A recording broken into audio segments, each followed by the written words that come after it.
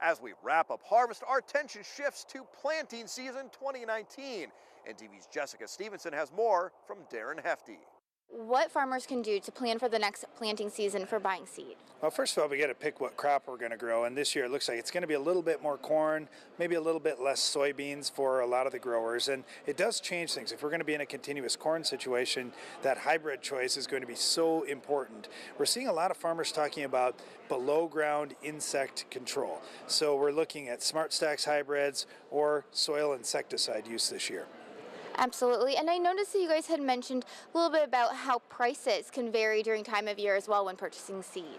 Well, it certainly can. There are discounts to be had this time of year. A lot of the seed companies want to get orders on the books, and they'll offer really aggressive cash discounts for early commitments on seed. So for most farmers, we're going to plant the seed. We know that. It's just what time of year is going to be most economical for me to buy. Now this year, depending on how grain sales went and profitability on the farm went, some farmers are going to pay right after the first of the year.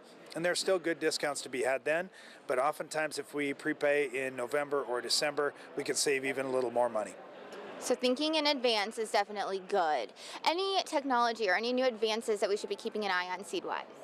Well, there are new traits coming. Unfortunately, with the tariff situation that's held up some of them, like the new Enlist soybeans, for example, are going to be something that we're pretty excited about in Nebraska with Palmer pigweed and some of the other weed species that we're fighting. On the corn side, there's a new trait called Tricepta that's stacking up VT Double Pro and Viptera. So we're going to get more control of different worms that would impact the corn ear and those kinds of things. We don't see a lot of hybrids yet that are available for use in this geography, but it's certainly something that's coming that farmers will want to look at.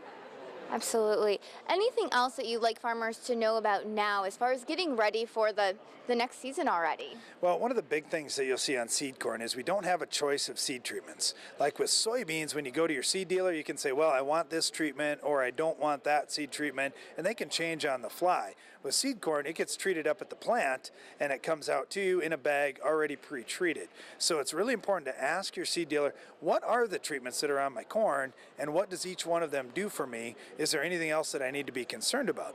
With some brands of seed, we're seeing that the rates of fungicides that are being used or the products that they're choosing are leaving some holes in our coverage, especially for early planted corn. So in those cases, we're encouraging farmers, hey, if it's not on the seed, you can put more fungicide in furrow and it may offer you a good return on your investment. Absolutely. Well, thank you so much. Is there anything else you'd like our viewers to know?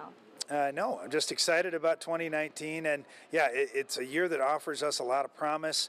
Market prices are going to come and go, and they're going to move around, but there are some opportunities right now to make some profit raising corn for next year. I'd encourage you watch the markets closely. If you can lock in some of those things, I'd take advantage of that as those opportunities come. Weather's up next, and we take a look at another use for corn, turning it into whiskey. And later, harvest number 75 and not slowing down.